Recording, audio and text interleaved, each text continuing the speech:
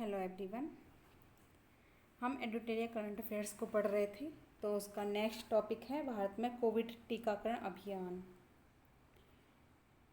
ठीक है, तो कोविड से क्वेश्चन पूछे जा सकते हैं, ये काफ़ी इम्पोर्टेंट है।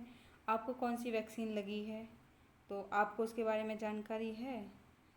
तो लगभग इतनी डिटेल में नहीं होगी जानकारी, तो यहाँ पे फैक्चुअल इन्फॉर्मेशन ज़्यादा इम्पोर्टेंट हो जाती है कि कौन सी कंपनी ने बनाई है और इससे संबंधित क्या है। तो ये चीज़ें हैं, ये चीज़ हम फैक्ट बेस्ड देखते हुए चलते हैं। तो कोवैक्सीन है, ये भारत बायोटेक ICMR के नेशनल इंस्टीट्यूट ऑफ वायरोलॉजी के सहयोग से विकसित की गई है।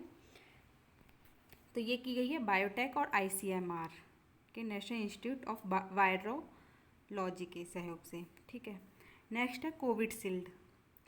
तो कोविडशील्ड जो की गई है वो सीरम इंस्टीट्यूट ऑफ इंडिया और ICMR के ऑक्सफोर्ड और एस्ट्राजेनेका के सहयोग से ये विकसित की गई है। ठीक है, नेक्स्ट है Covovax. Covovax serum institute of India द्वारा विकसित है। कोर्बेवैक्स ये बायोलॉजिकल ई लिमिटेड द्वारा विकसित है। जायकोव ये जायडस कैडिला द्वारा विकसित है। तो जानवरों के द्वारा विकसित भारत के पहले कोविड वैक्सीन का नाम क्या था, तो एनोकोवैक्स था। जानवरों के लिए वैक्सीन कौन सी थी, वो एनोकोवैक्स। ठीक है, ए से एनिमल हो जाता है, ए से एनोकोवैक्स, ऐसे याद रख सकते हो आप। फिर मोर देन इसमें ये डेटा दे रखा है, कोविड मतलब 200 करोड़ के हमने टीके लगा दिए हैं ना, तो उसके हिसाब से इन्होंने बताया कि कैसे कैसे किस किस मंथ में इन्होंने कहाँ तक पहुँची थी। तो ये 200 करोड़ पे हम टीकाकरण पूरा कर चुके हैं। भारत के इसमें दे रखे हैं कि यहाँ से देख लेते हैं स्टार्टिंग से कि भारत सरकार ने 26 जनवरी 2020-21 को दुनिया का सबसे बड़ा कोविड टीकाकरण कार्यक्रम की शुरुआत की थी। भारत में सबसे पहले कोविड टीका किसे दिया गया था, वो मनीष कुमार को, एक सफाई कर्मी था दिल्ली का, उसको दिया गया था।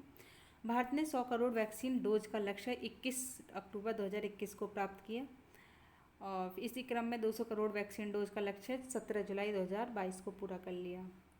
फिर 16 जनवरी 2021 को टीकाकरण अभियान आरंभ होने के बाद से 100 करोड़ के अंक तक पहुंचने के लिए लगभग 9 महीने लग गए। 200 करोड़ टीकाकरण के आंकड़े तक पहुंचने में कुल 18 महीने लग गए। तो इन्होंने बताया कि कितना समय लग गया था। नेक्स्ट देख लेते हैं। केंद्र सरकार ने 15 जुलाई 2022 से सरकारी कोविड टीकाकरण केंद्रों CVC में सभी पात्र वयस्क आबादी को निःशुल्क एहतियाती खुराक प्रदान करने के लिए 75 दिवसीय कोविड टीकाकरण अमृत महोत्सव आरंभ किया है।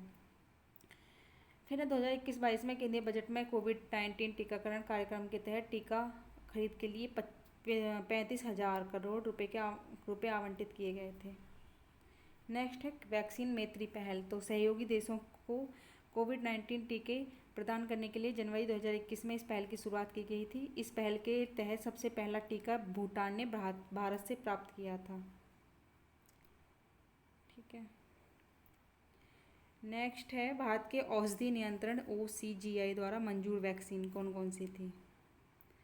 तो भारत के पास वैक्सीन थी कोविशील्ड, ये नॉन रेप्लिकेटिंग एडिनोवायरस वेक्टर, ये वैक्सीन का प्रकार था। ये 1 जनवरी 2021 को मंजूरी दी थी।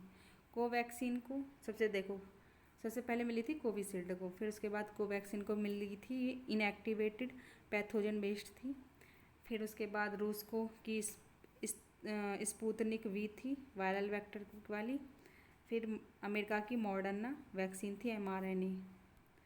फिर है अमेरिका का जॉनसन एंड जॉनसन, उसने भी वैक्सीन बनाई थी, वेक्टर वैक्सीन। जायकोव डी ने DNA बेस्ड बनाई थी। कोवोवैक्स ने प्रोटीन सब यूनिट बनाई थी। कोर्बेवैक्स ने प्रोटीन सब यूनिट बनाई थी। स्पुतनिक लाइट ने नॉन रेप्लिकेटिंग वायरल वेक्टर वाली वैक्सीन बना दी थी। भारत की एंटी कोविड ड्रग दवा, तो ये थी 2D ऑक्सी डी ग्लूकोज, तो 2DG बोलते हैं इसे DRDO के द्वारा डॉक्टर रेड्डीज लेबोरेटरीज हैदराबाद के सहयोग से विकसित की गई DCGI द्वारा मंजूर मिल गई थी। यह दवा जो है पाउच में पाउडर के रूप में आती है, जिसे पानी में घोलकर मौखिक रूप से लिया जाता है। हर घर दस्तक अभियान भी चलाया गया था। ये चलाया गया था कि इसके तहत वे व्यक्ति जो किसी कारणवश पहली खुराक से चूक गए हैं तो उनकी दूसरी खुराक लेना बाकी है, तो उनको घरों में जाकर मोबाइल टीमों द्वारा टीकाकरण दिया जा रहा था। फिर हर घर दस्तक 2.0 अभियान चलाया गया था। इसमें क्या था कि जो इसमें ये था कि कोई टीकाकरण की गति और कवरेज में तेज़ी लाने के लिए, तो 31 जुलाई 2022 तक चलाया गया था।